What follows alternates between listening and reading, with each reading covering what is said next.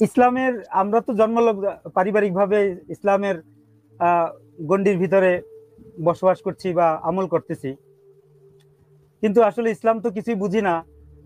যদি কিছু পড়তে যাই তখন অনেক কিছু খটকা লাগে। তা আপনাদের আলোচনাগুলো শুনে খুবই মুগ্ধ হচ্ছি, খুব আগ্রহ বোধ করছি। আর ইসলামের খুঁটিনাটি অনেকগুলো জিনিস আছে যেগুলো আমাকে মুগ্ধ করে বা ভালো লাগে, কিন্তু কিছু কিছু জিনিস তো কন্ট্রাডিক্টরি বা খুবই ভালো, ওগুলো বুঝতে পারি না। আপনাদের আলোচনা শুনলে খুব ভালো লাগে। এখন আপনাদের কাছে আমি একটু প্রশ্ন করেছি যে আপনাদের কি কাছে ইসলামের কোনো কিছুই, ইসলামের অঙ্গনে কোনো কিছুই কি মুগ্ধ হওয়ার মতো আপনারা দেখেন না? ভালো কিছু কি আপনাদের চোখে পড়ে? এটা বলছি আর কি।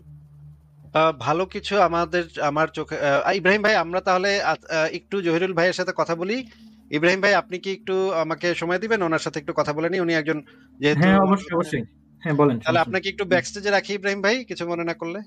আমাকে কি উঠাইবেন মানে একটু, তাহলে আমি ব্যাকস্টেজ দেন, সমস্যা না, আমাকে উঠাইতে হবে কিন্তু তারপরে আবার আচ্ছা আমার ঠিক কথা আছে, থেকে। আচ্ছা ঠিক আছে, আপনি থাকেন, এখানেই কিন্তু থাকেন, আপনার এই অসুবিধা নেই। চাকরি দেখাইছেন, ঠিক আছে, আমার কিন্তু কথা আ- আছে, ঠিক আছে। আচ্ছা আচ্ছা, এখানেই থাকেন, অসুবিধা নেই। আমরা একটু জহিরুল ভাইয়ের সাথে একটু কথা হ্যাঁ। বলে নিই।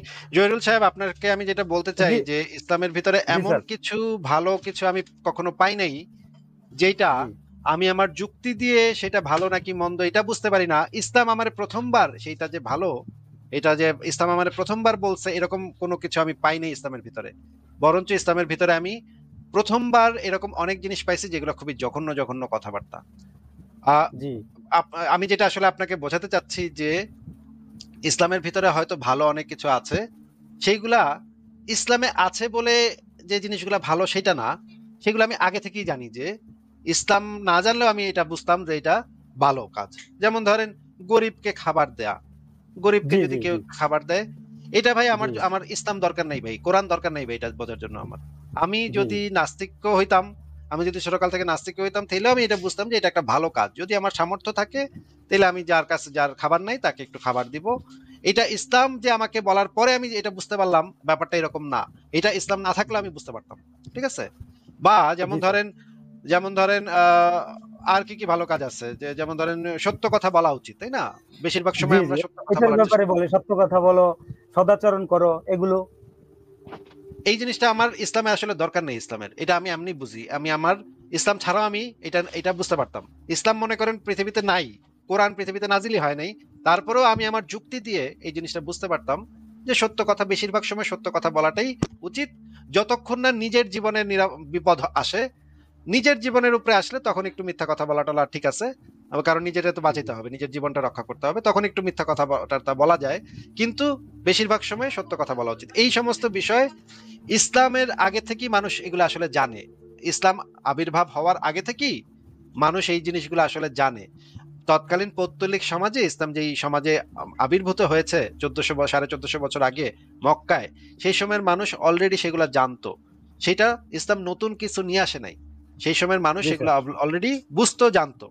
কিন্তু জি, ইসলাম যেগুলো নিয়ে আসছে, নতুন যেগুলো নিয়ে আসছে, সেইগুলোর ভিতরে অনেক ভয়ঙ্কর ভয়ঙ্কর জিনিস আছে।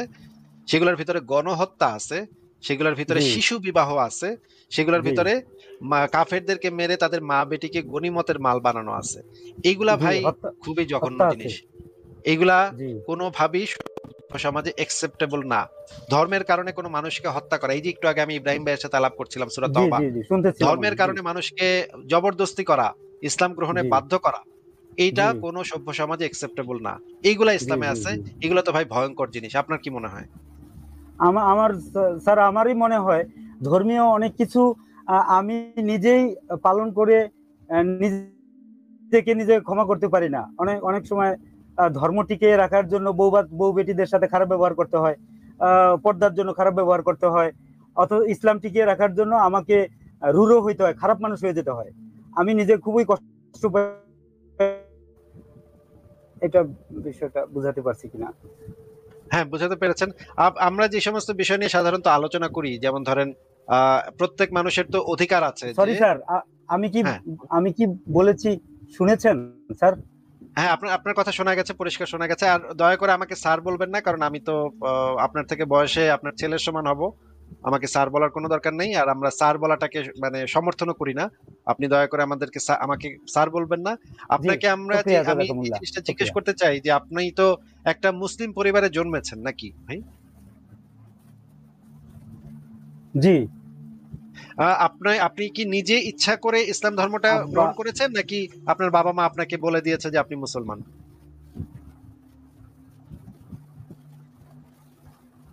মানে পরকাল, পরকালের উপরে প্রগাঢ় বিশ্বাস এ নিয়ে ঈমান আমল নিয়ে চলি, কিন্তু এটা যদি না প্রাপ্তি না ঘটে তাহলে মানে মেনে নিতে পারছি না, দুঃখে কষ্টে আহ, খুবই আঘাতপ্রাপ্ত হচ্ছে। সারা জীবন এবাদত করে ধর্মকর্ম করে চলার চেষ্টা করছি, এগুলো যদি সবই ফেলনা হয়ে যায় খুব আঘাতপ্রাপ্ত হচ্ছে আর কি।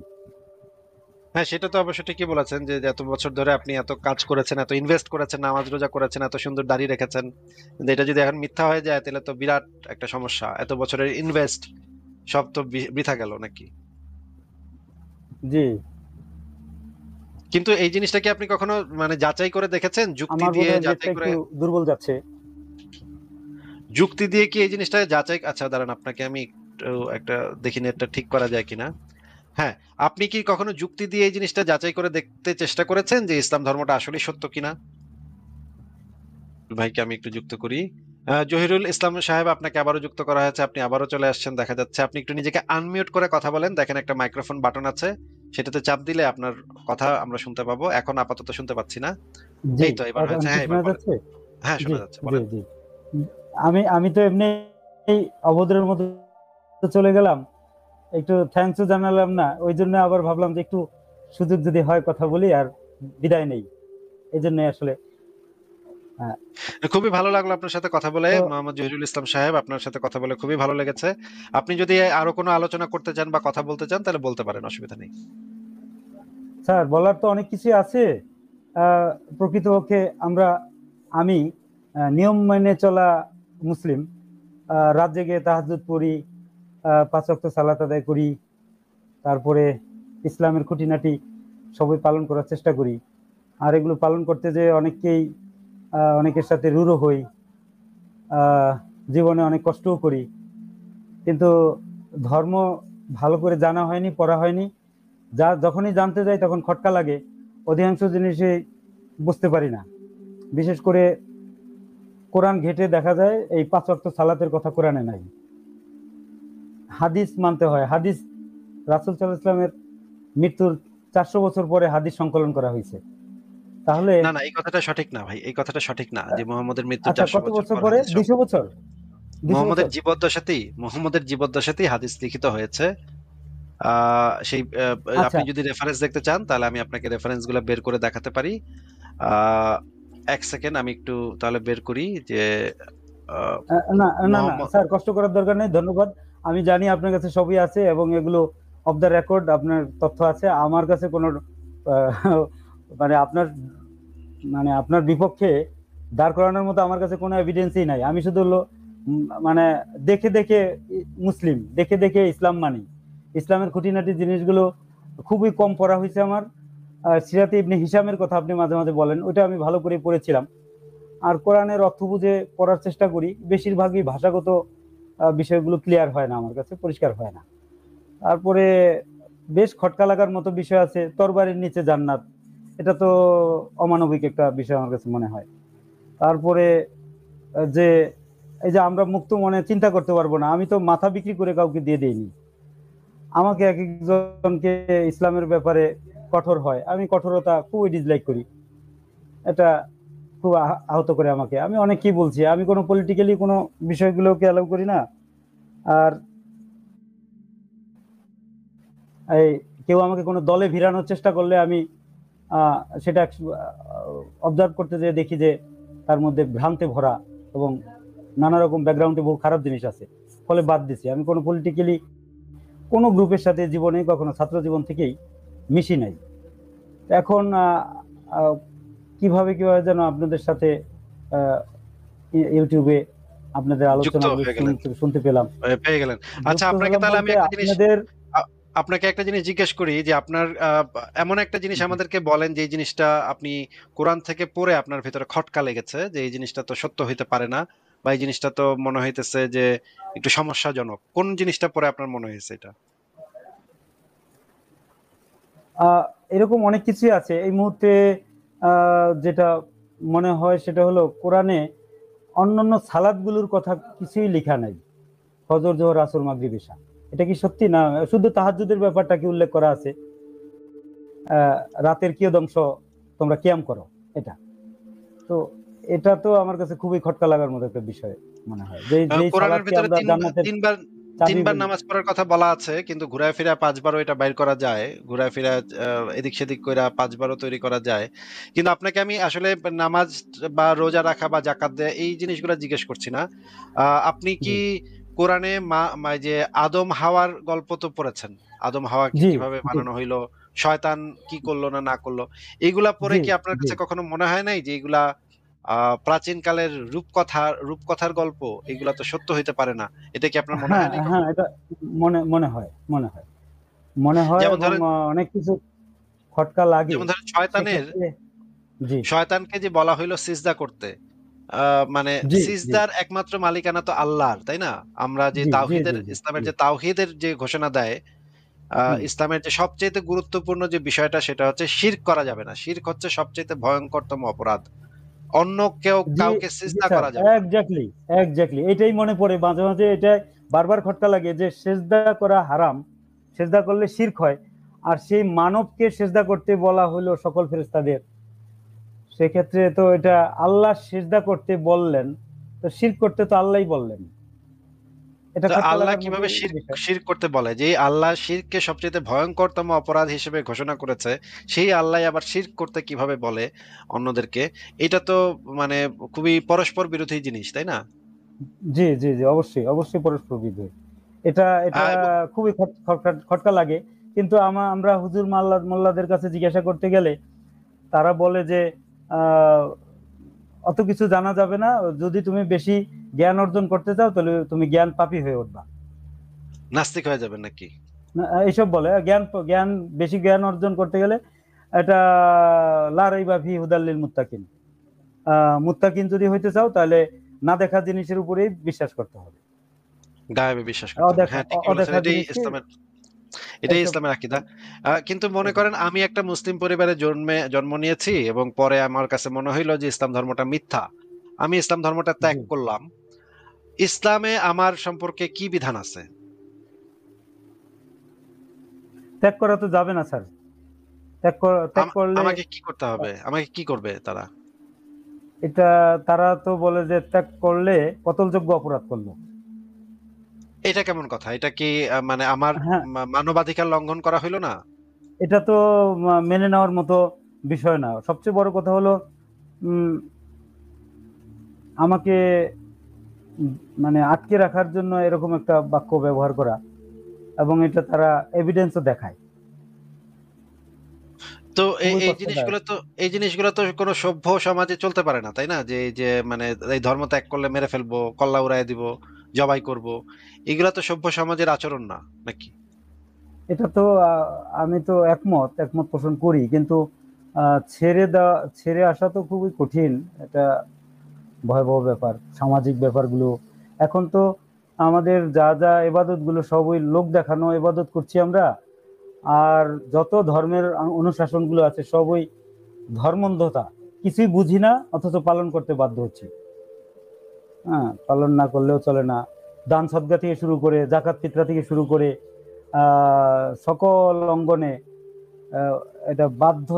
মানে ইসলামের, আমার তো মনে হয় যে ইসলামের সৌন্দর্যগুলো মানুষই এগুলোকে সুন্দর করে ফুটায় তুলছে। আহ, কোরআন হাদিসের আহ, আলোচনায় আরো কঠিন মনে হচ্ছে। এতটা মানবতা নাই, কিন্তু মানুষ ইসলামকে প্রেজেন্ট করতে যে অনেক সুন্দরভাবে হয়তো প্রেজেন্ট করে, আর সৌন্দর্য জিনিসগুলোকে ফুটিয়ে তোলে আমাদের কাছে, ফলে আমরা মুগ্ধ হই, আমরা চোখের জল ফেলি।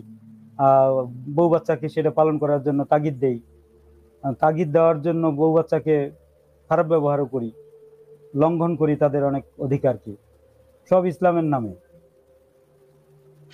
আপনি যে লিখেছেন যে জন্মলগ্ন থেকে হতে ইসলাম বুঝিনি, কিন্তু না বুঝে একটা জিনিস বিশ্বাস করা, এই জিনিসটা আসলে কেমন? যে একটা জিনিস এটা বুঝলামই না কিন্তু আমার বিশ্বাস করতে হচ্ছে। এটা আসলে চোখে আঙ্গুল দিয়ে আপনারাই দেখালেন। আপনাদের কিছু আলোচনা আমি অবাক হয়ে গেলাম, যেটা ওই যে ইমরান ভাই, কি নাম যেন, ইমরান বিন ইমরান বিন বশির। বশির ভাই, তার কিছু আলোচনা শুনে যে আহ, আস্তিক হতে আর মুমিন হতে কিছুই লাগে না, কোনো যোগ্যতাই লাগে না। আমরা এমনি এমনি মুমিন, এমনি এমনি মুসলিম। কেন মুসলিম, এই কথার উত্তর দিতে পারবো না তো, আসলে কিছুই জানি না তো। কিন্তু আপনারা যা করছেন, শ্রদ্ধায় মাথা, মানে ভক্তি শ্রদ্ধা চলে আসে আপনাদের প্রতি, যে কত জ্ঞান গর্ভ আপনারা আলোচনা করেন এবং কত জ্ঞান রাখেন, কত পড়াশোনা করা আছে আপনাদের। তো প্রকৃতপক্ষে আল্লাহকে চেনা, বা যদি আহ মানে বিশ্ব ব্রহ্মাণ্ড চালানোর মতো কোনো বিশেষ পাওয়ার থাকে, তো সে আপনারা চিনেন তাকে, আপনারা সেটার এক্সপেরিমেন্ট আপনাদের কাছে আছে। আমরা তো মানে কিছুই জানি না, জিরো জিরো আমরা। এইরকম অজানা আর এরকম মূর্খদের, জাহেলদের আল্লাহ জান্নাত দিয়ে দেবে আর হুর দেবে, আর সেই জান্নাতের জন্য আমরা সারা জীবন ধরে আত্মত্যাগ, স্যাক্রিফাইস। এক ভাইয়ের আলোচনা শুনলাম আপনাদের কাছে, যে যদি শুধু এই ধর্ম সামনে এসে রিজিক দাতা না বলতো, তাহলে আমি রিজিকের মানে নিজে আমি পরিশ্রম করব, পড়াশোনা করব, আমি ভালো জব ক্যারি করার জন্য চেষ্টা করব, সেটা রহিত হয়ে যায়। আল্লাহ যা করে ভালোর জন্যই করে। আর যে কোনো অবস্থাতে বলি আল্লাহকে, আল্লাহর প্রশংসা, আলহামদুলিল্লাহ। আর আর বলছি সবকিছুর জন্য সব আল্লাহ ভালো জানেন। তা আমার সব কাজ তো আমাকেই করতে হচ্ছে। এটা তো বিশাল কন্ট্রাডিকশন, যে অনেক দুর্বিষহ ঘটনা চোখের সামনে দিয়ে ঘটতে দেখছি, সেখানে আল্লাহর অস্তিত্ব, আল্লাহর উপস্থিতি, বিন্দু পরিমাণের যদি উপস্থিতি থাকতো, তাহলে সেখানে আমি নদীর দেশের মানুষ, তো একটা লঞ্চ ডুবি দেখলাম আমি। তো লঞ্চে অনেকগুলো লোক ছিল, শিশু, বৃদ্ধ, নারী, অনেক লোক, প্রায় 150 লোকের সলিল সমাধি ঘটে। ছোট্ট একটা লঞ্চ ডুবে উল্টে যায়। আপনারা সবাই নিউজ জানেন, এটা আমাদের দেশেরই একটা লঞ্চ, শরীয়তপুর। তো এখানে অসুরীয় কোনো, এমন কোনো ক্ষমতা হাত, অসুরীয় কোনো প্রভাব এর মধ্যে পড়লে এতগুলো লোক লঞ্চ উল্টে যে এই যে শ্বাসরুদ্ধ হয়ে মারা গেল, আগুনে পুড়ে মারা যায় অসংখ্য লোক, নারী ধর্ষিত হয়, শিশু মারা যায়। এই যে এখন এই যে ইয়েতে বুঝতে পেরেছি। জহিরুল ইসলাম সাহেব, আপনাকে অনেক ধন্যবাদ। আমাদের সাথে ফারাজ ভাই চলে আসছেন, ফারাজ ভাইকে আমরা একটু ওয়েলকাম করি। ফারাজ ভাই, আপনি কি শুনতে পাচ্ছেন কথা? জি ভাই, শুনতে পাচ্ছি। আপনি কি শুনতে পাচ্ছেন? হ্যাঁ ফারাজ ভাই, শুনতে পাচ্ছি। আপনাকে ওয়েলকাম। আমাদের সাথে জহিরুল ইসলাম ভাই আছেন। আর আমরা তাহলে আজকে, ইব্রাহিম ভাই, আপনি কি আর কিছু বলবেন নাকি আপনাকে আজকে বিদায় জানাতে পারি? ইব্রাহিম ভাই, আপনি কি আর কিছু বলবেন নাকি আপনাকে আজকে বিদায় জানাতে পারি? ইব্রাহিম ভাই, আনমিউট করে একটু কথা বলেন। ইব্রাহিম ভাই, না, ইব্রাহিম ভাই মিউট করে রাখছেন নিজেকে। ইব্রাহিম ভাই, আপনি কি আর কিছু বলবেন আজকে? না, ওনাকে তাহলে আমরা বিদায় জানাই। ইব্রাহিম ভাই, আপনাকে তাহলে বিদায় জানাচ্ছি। ফারাজ ভাই, আমাদের সাথে মোহাম্মদ জহিরুল ইসলাম সাহেব আছেন। উনি দীর্ঘদিন ধরে ইসলাম ফলো করছেন এবং ইসলাম পালন করছেন, বিশ্বাস করছেন। কিন্তু ইদানিং এই যে আপনাদের মতো যারা নাস্তিক টাস্তিক আছেন, এদের ভিডিও টিডিও দেখার পরে ওনার কাছে মনে হচ্ছে যে কিছু কিছু জিনিস নিয়ে তো আসলে সন্দেহ জাগে, কিছু কিছু বিষয় তো আসলে আছে যেগুলো আসলে ঠিক না। ফারাজ ভাই, আপনার কি কিছু বলার আছে নাকি জহিরুল সাহেবকে? প্রথমত থ্যাংক ইউ, এটা আপনাদের জন্য বলার জন্য, আপনাদের মতো বলার জন্য। অবশ্যই এখানে আপনার কোনো ক্রেডিট নেই, সব ক্রেডিট আমাদের। And second of all, Zahir সাহেব যে চিন্তা করছেন, আপনি যে নিরপেক্ষভাবে চিন্তা করার চেষ্টা করছেন, ভাবছেন, এইটাই ভাই এখন বর্তমানে অনেক কিছু। এই সিম্পল জিনিসটা যে আমি আমার ধর্মটাকে, যেটা আমি সত্য বলে মনে করতেছি, আমি বিশ্বাস করতেছি, সেটাকেই জাস্ট একবার নিরপেক্ষভাবে নিজে একটু ভেবে দেখি যে এটা সত্য কিনা মিথ্যা, এটার ক্লেম গুলো আসলে অবজেক্টিভলি ভেরিফাইবল কিনা। করি, জি জি, শিওর। ছোট্ট একটা জিজ্ঞাসা করি স্যার, জি জোর স্যার বলুন। ছোট্ট একটা জিজ্ঞাসা। আহ, এই যে সামনে কোরবানি আসতেছে, কোরবানির ব্যাপারে কথা বলি। আমরা পারিবারিকভাবে আব্বা বেঁচে নেই, এখন আমাদের উপরে পুরোপুরি দায়িত্ব, তো আমরা কোরবানি দিই। তো কোরবানির ব্যাপারটা ইতিহাস ঘেটে যতটুকু জানলাম, সে হলো স্বপ্নে পাওয়া ঘটনা থেকে কোরবানির উৎপত্তি। এখন কোরবানি ইব্রাহিম আলাইহিস সালাম দিয়ে আসছেন, পরবর্তীতে অনেক নবী রাসূলগণই দিয়েছেন। রাসূলুল্লাহ সাল্লাল্লাহু আলাইহি সাল্লাম উনি অনেক গরু কোরবানি করেছেন, উট গরু বহু কিছু। তো এটার উৎপত্তিটা যদি স্বপ্ন থেকে শুধু এরকম একটা বিষয় আসে, স্বপ্নে ছিল প্রিয় বস্তুকে কোরবানি করো, তো যাই হোক, সেটা আচ্ছা চতুষ্পদ প্রাণী আসলো। এরকম নিরহ চতুষ্পদ প্রাণী একদিনে কোরবানির নাম করে এতগুলো পশু জবাই করা, নিরহ প্রাণী যা উপকারী, মাংস খাওয়ার জন্য হলে সারা বছর ধরে জবাই করলে দরিদ্র লোক উপকৃত হতো। একদিনে জবাই করার ফলে আর দান করার ফলে দরিদ্র লোক, ধরুন 20 কেজি 50 কেজি একজন গরিব লোক মাংস পেল, সে এটা দিয়ে কি করবে? সেটা তো সারা বছর খেতে পারলো না, এটা 7 দিনের মধ্যে এটা নষ্ট হয়ে যাবে। এটা সে বিক্রি করবে, তার কাছে ফ্রিজও নেই, এটা সে সস্তায় বিক্রি করবে, এটা সে সস্তায় বিক্রি বিক্রি করলে করবে। সস্তায় বিক্রি করতে হচ্ছে, 200-300 টাকা কেজিতে বেচতে হচ্ছে। তার মানে সে এটা আর্থিকভাবে লুজার হচ্ছে। তা আমরা এই কোরবানির নামে সারা বছর ধরে জবাই করলে একটা সমন্বয় হতো বছরে, কিন্তু একদিনে কোরবানি করার ফলে অসংখ্য পশু জবাই হচ্ছে, কিন্তু কতটা উপকৃত হচ্ছে, মানবিকভাবে কতটা গ্রহণযোগ্যতা আছে। কিন্তু আমরা তো এটাকে খুব ধর্ম পালন করা, আল্লাহ সন্তুষ্টির জন্য কোরবানি দিয়ে ফেলছি। তো এটা একটু আপনাদের পক্ষ থেকে কিছু কথাবার্তা শুনতে চাচ্ছি। এটা তো এর চেয়ে দরিদ্রদের টাকা দিলে কিন্তু সে উপকৃত হয়, আর সে মাংস কিন্তু কিনবে নাকি জহির ঘরের ভাই, চাল আপনি কিনবে? জি। জহির স্যার, আপনি এখানে একটু ভুল করতেছেন, মানে ভুল জিনিসটা দেখতেছেন। আপনি দেখতেছেন কোরবানি দেওয়ার উদ্দেশ্য, আপনি যেটাকে ফোকাস করতেছেন সেটা হচ্ছে গরিবদের উপকার। কিন্তু স্যার, গরিবদের উপকারের জন্য তো কোরবানির প্রথা আসেনি। না, কোরবানির আল্লাহ প্রথা সন্তুষ্ট। এসেছে আল্লাহকে সন্তুষ্টি করার জন্য। তো কেবলমাত্র কেবলমাত্র শুধুমাত্র আল্লাহকে সন্তুষ্ট করার জন্য।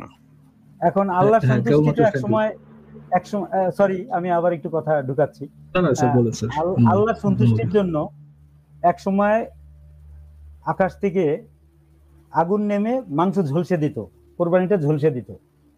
সেই প্রক্রিয়া তো এখন নাই। আমার কোরবানি কবুল হচ্ছে কিনা আমি তো জানি না, এটা একটা ধোঁয়াটেই রয়ে যাচ্ছে। তাই আমি এত বড় একটা গরু কোরবানি করছি, সেটা আল্লাহ সন্তুষ্ট হাসিল হচ্ছে কি হচ্ছে না। একটা গরুর যদি ঠ্যাং ভাঙা থাকে বা একটা খুর বাঁকা থাকে, তাহলে গরুটা কোরবানি আল্লাহর কাছে সেটা গ্রহণযোগ্যতা হবে না। ত্রুটিযুক্ত কোনো গরু জবাই করা যাবে না। তো অনেক কিছু নিয়ম কানুন, এত কিছু করে দেখা যাচ্ছে যে আমাকে আল্লাহ কবুল করে নিল না। এত সালাত আদায় করতেছি, কিন্তু আমার সালাত কবুল হচ্ছে না। কবুল হলো কি হলো না জানি না। আমি দান করতেছি, আমার দান কবুল হবে কি হবে জানি না। তো এত ধোয়াটে কেন? ক্লিয়ার তো কোনো কনসেপশন নাই। আর আমি নিশ্চিত তো হতে পারছি না যে আমি জান্নাতে যাব। আমার এত কিছু করার পরে আমি জাহান্নাম। তো কুকুরের পানি পান করে একজন পতিতালয়ের নারী জান্নাতে যেতে পারছে, তার মানে এটা তো আল্লাহর একটা স্বেচ্ছাচারিতা। এখানে কোন রকম কি কোনো ভিত্তি আছে যে আমি এই এবং আমল করলে ওই অবশ্যই জান্নাতে যাব? স্যার, এবং ওই স্বেচ্ছাচারিতার বিরুদ্ধেও তো আপনি কিছু বলতে পারবেন না, কেননা আল্লাহ না, আপনাকে কিছু কোনো ধরনের এক্সপ্লেনেশন দিতে না, মানে দায়বদ্ধ না, না। আপনি দায়বদ্ধ, দায়বদ্ধ না। কিন্তু তিনি দায়বদ্ধ না। সো আপনি আল্লাহর ফেয়ারনেস নিয়ে মানে প্রশ্ন করতে পারবেন না। আল্লাহ ফেয়ার, এটা আপনাকে মানতে হবে। আল্লাহর সর্বোত্তম বিচারক, এটা আপনাকে মানতে হবে। বাট আপনি যদি সরাসরি দেখেন তার বিচারের মধ্যে ঘাপলা আছে, এটা নিয়ে আপনি কোনো কোশ্চেন করতে পারবেন না। জি। জি আসিফ ভাই। ফারাজ ভাই, আপনি তাহলে কিছুক্ষণ জহিরুল ভাইয়ের সাথে কথা বলেন এবং অন্যদেরকেও যুক্ত করেন। আমি একটু ঘুরে আসি। আর আমরা আরেকটা কথা। কিন্তু আসিফ ভাই, হ্যাঁ, হ্যাঁ, বলুন। আমরা বাবুর ছবি লাইভ কখন দেখবো? ওইটা হবে ভাই, এটা হবে পরে আরেকদিন হবে। কিন্তু আমি আপনাকে যেটা বলে যেতে চাই যে জহিরুল সাহেবকে আমরা ভিডিও অন রেখে কথা বলতে দিচ্ছি এই কারণে যে উনি এমন কিছু এই পর্যন্ত বলেন নাই যেটা সরাসরি ধর্মের একদম তীব্র সমালোচনা বা বিরোধিতা, এরকম কিছু উনি বলেন নাই। উনি জাস্ট ওনার মনে যেই সমস্ত প্রশ্ন জাগছে বা যেই ধরনের সন্দেহ জাগছে সেগুলা খুঁটিনাটি বলছেন। ফারাজ ভাই, তাহলে আপনি কিছুক্ষণ ওনার সাথে কথা বলেন, আমি একটু ঘুরে আসি। তাহলে ওকে ভাই। মহিউদ্দিন স্যার, আপনাকে ধন্যবাদ। দেখা হবে আপনাকে অনেক ইনশাআল্লাহ। ধন্যবাদ জহিরুল ভাই, আপনাকে অনেক ধন্যবাদ। জি আপনি ভালো থাকবেন, আমি জি একটু আসছি কিছুক্ষণের মধ্যে। জি জি, আল্লাহ জি জি স্যার বলেন। তো আমি অনেক খটকা এবং এত সংশয়, আহ, যাচাই করতে গেলে কিছুই থাকে না, এটা কম্বলের মতো পশম বাঁচতে বাঁচতে এটার কিছুই আর থাকে না একেবারেই। মানে আমি তো যুক্তি আর যদি এভিডেন্স দিয়ে প্রমাণ সাপেক্ষে ধর্ম যাচাই করতে যাই তাহলে কিছুই টিকে না, এবং আমি যা করে আসছি সবই ভুল মনে হচ্ছে। জি জি স্যার, আপনি দেখেন আমাদের ইসলাম ধর্মের একেবারে ফাউন্ডেশন, প্রথম ফাউন্ডেশন গুলোই তো হচ্ছে আপনার অন্ধবিশ্বাসের উপর। যেমন ইমানের যে 5টা স্তর আছে বা 6টা স্তর আছে, সেই যেটা দ্বারা আপনি, যেখানে আপনি কোনো ধরনের কোনো কোশ্চেন করতে পারবেন না, আপনাকে জি শুধুমাত্র মানতে হবে। আপনি যে শুনবেন এবং মানবেন। এই ইয়েগুলো কি, ফাউন্ডেশন গুলো কি? ফাউন্ডেশন হচ্ছে নবী মোহাম্মদের করা কিছু ক্লেম, কিছু দাবি। এই দাবিগুলো আপনাকে অন্ধভাবে বিশ্বাস করতে হবে। যেমন দাবিতে বিশ্বাস করতে হবে একটা আল্লাহ আছেন, আল্লাহ এক অদ্বিতীয়, উনি আছেন, এটাতে আপনার বিশ্বাস করতে হবে। দ্বিতীয়ত বিশ্বাস করতে হবে যিনি দাবি করতেছেন আল্লাহ আছে, তিনি আবার আল্লাহরই রাসূল। হ্যাঁ, এটা আবার অন্ধভাবে মেনে নিতে হবে, আপনি এটাতে কোনো ডাউট করতে পারবেন না। তৃতীয়ত, তিনি একটা কেতাব নিয়ে আসবেন, এই কেতাবে আপনাকে অন্ধভাবে বিশ্বাস করতে হবে, এটা হচ্ছে আল্লাহর প্রেরিত কেতাব, যেটা তো আপনি কোনো ধরনের কোনো ডাউট করতে পারবেন না। চতুর্থত হচ্ছে আপনার পরকাল, জান্নাত জাহান্নাম, তারপর হুম হচ্ছে পরকালে বিশ্বাস, তারপর জান্নাত জাহান্নামের বিশ্বাস। আর ষষ্ঠ নম্বর যে ইয়েটা, আম, বিশ্বাসটা, অন্ধবিশ্বাসটা, সেটা হচ্ছে তাকদীর, আল্লাহ সবকিছু আগে থেকে লিখে রাখছে।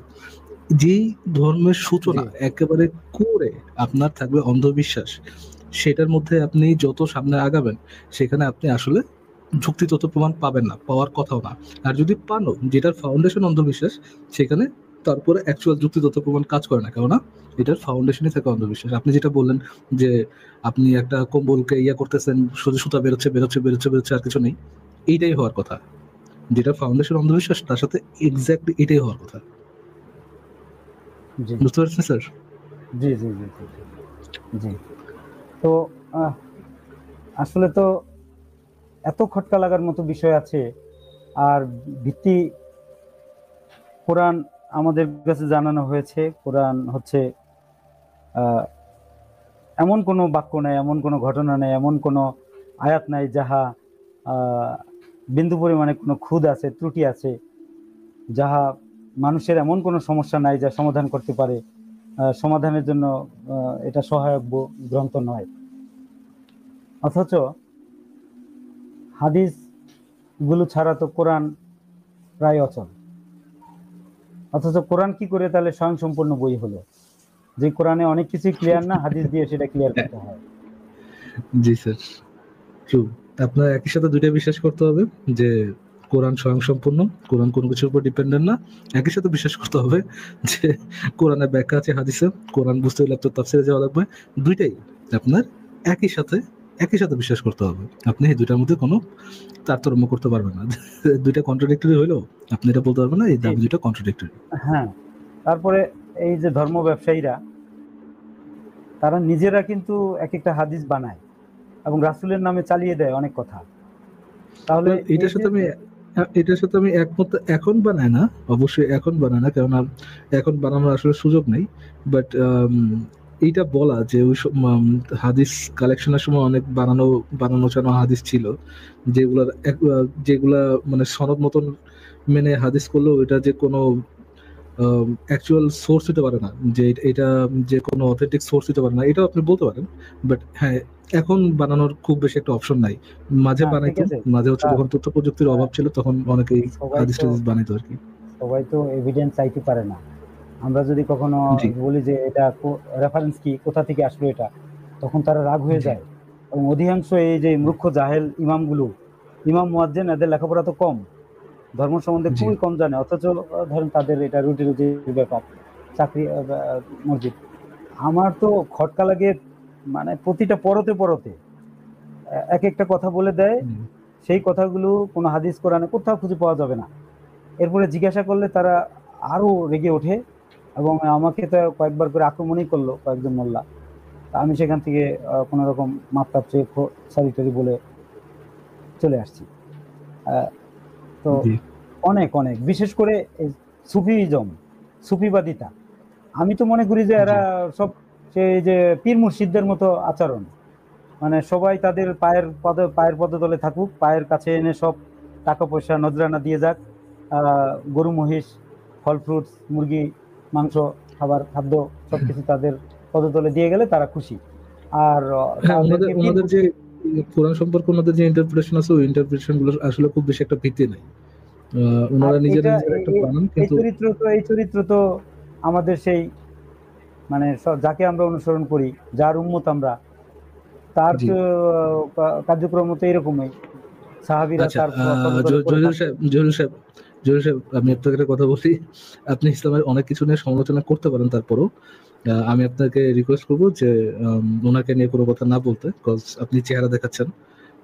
আমি চাই না না, আপনার উপরে ঠিক কোনো আছে। ধরনের কোনো না, আমি এটা ড্যাম কেয়ার, কেননা আমি একটা জায়গাতে একটু টিচিং স্যার করি, স্যার টিচিং আপনি প্রফেশনে আছি। আপনি ড্যাম কেয়ার, বাট আমরা আপনাকে হারাইতে চাই না। হ্যাঁ, একজন জি জি ভদ্রলোককে জি, আমরা চাই না যে থ্যাংক ইউ, আপনি আমার ভালোটা জি। চেয়েছেন, থ্যাংক ইউ। কেননা আমি এটার জন্য কালার হলে অসুবিধা আছে, এটা ঠিকই বলছেন। আর ঢাকা শহরের প্রান্তে বাস করি আমি, এই ধানমন্ডি মোহাম্মদপুরে। এখান থেকে স্যার নো, আপনি আপনি প্লিজ ইনফরমেশন দিয়ে না, নিজের সম্পর্কে প্লিজ ইনফরমেশন আচ্ছা দিয়ে আচ্ছা, না, ঠিক আছে, এমনিতেই যাক, আপনার অসুবিধা চেহারা নেই। দেখা। একটুখানি বলি, দেখেন, এই অনেক কিছুই তো বলতে গেলে অনেক কিছুই চলে আসে আমাদের হাত কিন্তু পা স্যার, বাঁধা, পুরো বাঁধা। ইমোশনটা মানে আমি কি জি জি অবশ্যই। ডানেও যেতে পারবো না, বায়েও একটা যেতে জিনিস পারবো না। আমাকে একটা জিনিস বলতেছে আমাদেরকে যে রিয়েলাইজ করতে, জহির স্যার, আমাদেরকে এই জিনিসটা খুব ভালোভাবে রিয়েলাইজ করতে হবে যে আমরা একটা অসভ্য সমাজে আছি। এই অসভ্য সমাজে আমাদের বাক স্বাধীনতা নেই। এই জিনিসটা আমাদেরকে রিয়েলাইজই করতে হবে, রিয়ালিটি তো মানতে হবে, রাইট? ডেফিনেটলি তো অসভ্য। জি, জি এখানে আপনি আপনার পার্সোনাল ইনফরমেশন বা যেগুলাতে করলে একটা অসভ্য সমাজের লোকজন আপনার সাথে অবশ্যই অসভ্যতা করবে, সেই অপশনটা দিয়েন না। আমি আগামীকালকার নিউজে বা এক সপ্তাহ নিউজে এটা দেখতে চাই না যে একজন আপনার মতো কারো বাড়িতে যে আল্লাহ আকবার বলতে বলতে, নারায়ে তাকবীর বলতে বলতে লোকজন চলে গেছে। আমি জেনুইনলি এটা দেখতে চাই না। আপনার বয়স হয়েছে, আমি চাই আপনি সুস্থ থাকেন, যতদিন দুনিয়াতে আছেন সুস্থ থাকেন, ভদ্র থাকেন। এবং এইটা কিন্তু এমন না যে চাপটা যদি যায় সেটা শুধুমাত্র আপনার উপর দিয়ে যাবে, আপনার পরিবারের উপর দিয়ে যাবে। So I am requesting you, please নিজের সেফটির কথা চিন্তা করে, পরিবারের সেফটির কথা চিন্তা করে জি, আমরা জি, আজকে thank তাহলে you. এখানে শেষ করি। আপনি নেক্সট জি একদিন জি যুক্ত জি হয়ে আবার যদি জি যুক্ত হতে চান, জি, অনেক সময় ক্যামেরাটা অফ আপনারা করে। অনেক সময় ছিলেন, আপনাদের ধৈর্যের প্রশংসা করছি। আর সরি বলছি যে আমার অনেক ভুলভ্রান্তি, কথাবার্তার ভিতরে ত্রুটি বিচ্যুতি থাকতে পারে। আমি সত্যি কথা হৃদয় থেকেই কথা বললাম যে আমার সংশয় আছে। এই সংশয়ের উত্তর তো তারা দিতে পারছে না, তারা দিতে দেখ, আমি খুশি মনে ইয়ে করব। কিন্তু জ্ঞান গর্ভ করে কেউ আলোচনা করলে, সেগুলো শুনলে তাদের যদি গায়ে কাটা লাগে, তাহলে তারা জ্ঞানের আলোকে তারা আমাদের বসিয়ে উত্তর দেখ। আমরা তো তাদের কাছে স্যার, উত্তর আপনি পাই না। আপনি একটা অসভ্য সমাজ থেকে সভ্যতা আশা করছেন, হয়তোবা অতটুকু সভ্যতা আপনার সাথে দেখানো নাও হতে পারে, না হওয়ার সম্ভাবনাটাই অনেক বেশি। তো sir, thank you Zahir sir, আপনার সাথে কথা বলে জি অনেক ভালো জি, লাগলো। অনেক ধন্যবাদ স্যার। আপনি আপনাকে অনেক আপনি ধন্যবাদ, মোস্ট অনেক প্রবাবলি কষ্ট। একজন টিচার, যেটা বলেছেন, হয়তোবা আপনি মোস্ট প্রবাবলি একজন টিচার। এবং আমি চাই না কোনো টিচার একজন ভদ্রলোকের সাথে কোনো ধরনের খারাপ ইয়ে হোক, খারাপ কিছু হোক। আমিও আপনার স্টুডেন্ট হতে পারতাম, আপনি আমার স্যার হতে পারতেন। আমি চাই না যে একজন ভদ্রলোকের সাথে, একজন টিচারের সাথে কোনো ধরনের কোনো বাজে কিছু হোক। And thank you very much Zahir sir, যুক্ত জি, হওয়ার জন্য মোস্ট অসংখ্য ধন্যবাদ। ওয়েলকাম আপনার সাথে স্যার। কথা বলা আপনি ভালো থাকবেন, আপনার আল্লাহ সাথে ভালো রাখুক। জি আপনার সাথে কথা বলে অনেক ভালো লাগলো। টেক কেয়ার জহির স্যার, ভালো থাকবেন জি তাহলে। জি, শান্তি শান্তি থাকুন, টেক কেয়ার। জি, আসসালামু আলাইকুম। জি।